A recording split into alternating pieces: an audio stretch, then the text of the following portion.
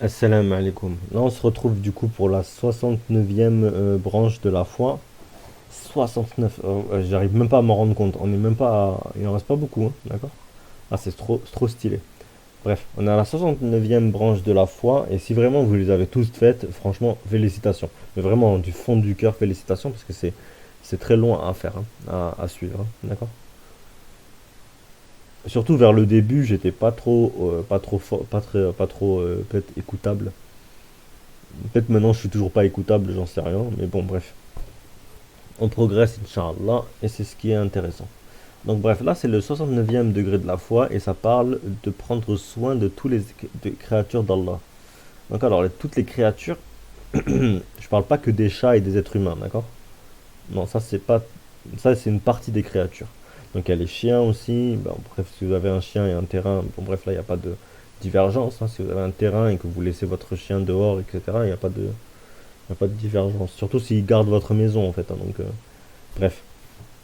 Bon, ça c'est pas à moi de vous dire ce que vous devez faire, etc. Tout ça, c'est aux imams de le faire. Bref, un homme, du coup, vous devez prendre soin des hommes, des animaux, des plantes. Donc, d'accord, des plantes. Toutes les plantes.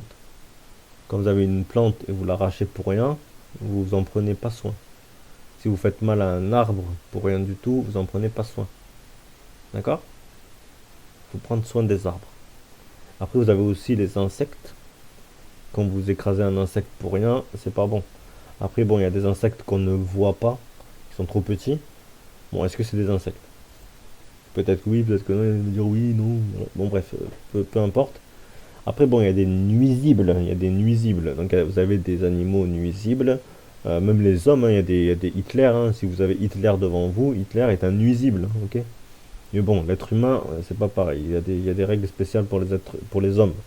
Mais c'est vrai qu'ils sont à peu près similaires aux autres, hein. C'est-à-dire que si en légitime défense, vous avez un chien qui vous attaque et vous le tuez, mais lui il est en train de vous tuer, enfin il a deux doigts de vous tuer et de vous mordre, ben, c'est, c'est,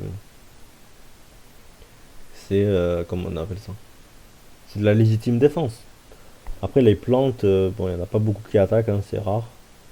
Après les insectes, si vous avez un scorpion qui vous attaque, ben ouais, vous avez le droit de le tuer. Bon bref, donc il y a toujours des exceptions. Après, il y avait une hadith qui parlait du fait de planter un arbre. Celui qui plante un arbre, non, celui qui peut planter un arbre jusqu'à la fin des temps, qu'il le fasse. D'accord? Donc il faut tout faire, planter un arbre, planter, planter, planter, planter. Il y a aussi l'histoire bon, ça tout le monde les connaît ces histoires. C'est l'histoire de l'homme ou la femme, hein, qui a vu un chien qui mourait de faim, mourait de soif. Il a pris sa chaussure, a allé chercher de l'eau au fond du puits et remonter avec sa chaussure plein d'eau et il a fait boire le chien dedans.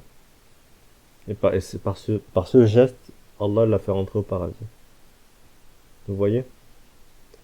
Ensuite, il y avait une autre histoire qui disait que c'était une femme qui avait laissé un chat mourir de faim dans une pièce pour le punir.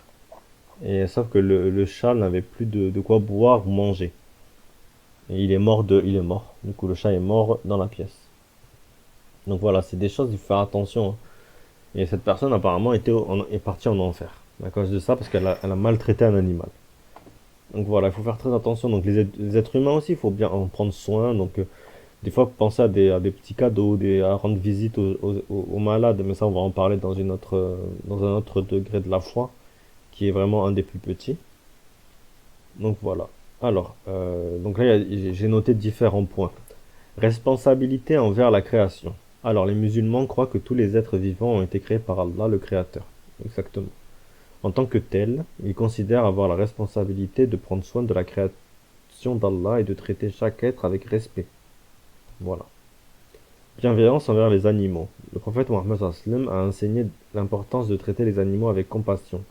Il a interdit la cruauté envers les animaux et soulignant que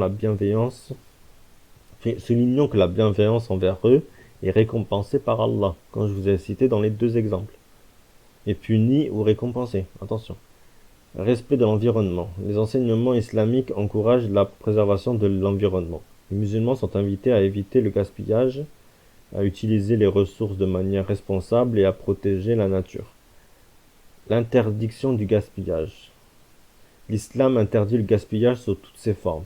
Les croyants sont encouragés à consommer de manière modérée, à éviter le gaspillage de nourriture, d'eau et de ressources.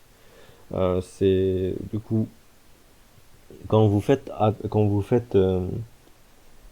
ça c'est dans le gaspillage, c'était avant, c'est dans la branche d'avant, mais j'ai oublié de le dire, mais le gaspillage de l'eau, quand vous faites vos ablutions, faites attention. Euh, Faites attention dans le sens où vous faites moi, je remplis un petit truc, un petit récipient qui fait 2 litres à peu près. Et je le remplis même pas, même pas en entier, hein. Mais en gros, quand je me lave les mains, au début, je fais de la bouche, le nez. Je fais tomber de l'eau dedans, en fait. Je laisse couler de l'eau dedans. Et en fait, à la moitié, je ferme le robinet. Et ça me permet d'avoir un petit peu d'eau et de faire l'eau d'eau avec vraiment très peu d'eau, très très peu d'eau. Donc voilà, c'est intéressant pour pas gaspiller. Ensuite, considération envers les plantes. Même les plantes sont dignes de considération en islam.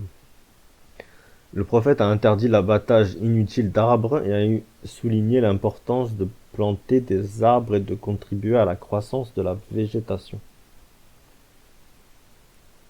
Traitement équitable envers les êtres humains. La prise de soin de toutes les créatures inclut également le traitement équitable des êtres humains. L'islam encourage la justice, la compassion et l'aide aux nécessiteux, et y compris du coup tous les êtres humains, toutes les religions, etc., même ceux qui ne sont pas de religion. Sauf s'ils sont hostiles. Sauf s'ils sont vraiment hostiles envers vous. Protection de la biodiversité. Les enseignements islamiques reconnaissent la valeur de la biodiversité. Les croyants sont encouragés à préserver la diversité des 6 espèces et à éviter toute action qui pourrait nuire à l'équilibre écologique. Éducation environnementale. L'islam encourage l'éducation environnementale. Les musulmans sont incités à apprendre sur l'importance de la préservation de l'environnement et à enseigner ces principes aux générations futures. Considération envers l'eau. L'islam souligne l'importance de l'eau. Allah nous a mis de l'eau en fait sur terre, c'est un truc de ouf, hein, en fait. L'eau ça nettoie, ça vous pouvez boire, hein. L'eau, vu que l'homme est fait d'argile, bah, ça lui permet de se nourrir, enfin, c'est super important. L'islam souligne donc du coup l'importance de l'eau comme une ressource précieuse. Les musulmans sont encouragés à économiser l'eau et à ne pas la gaspiller. Voilà, donc c'est intéressant cette branche qui parlait du coup de prendre soin de toutes les créatures, ou de toute la création. En fait, en vrai, c'est la création en vrai, hein. C'est que j'ai marqué créature, mais création, la créature est le résultat de la création. On va dire ça comme ça. Donc l'eau est de la création, la terre est de la création, le sable est de la création, ouais, bon, la glace c'est de l'eau, bon, bref, etc., etc. L'atome est de la création, etc., etc. Voilà. Bon, j'espère que ça vous aura plu cette petite branche, mais voilà. On se retrouve, Inch'Allah, pour la prochaine, qui sera la 70e. اللهم لا إله إلا أنت لا إله إلا أنت وحدك لا شريك لك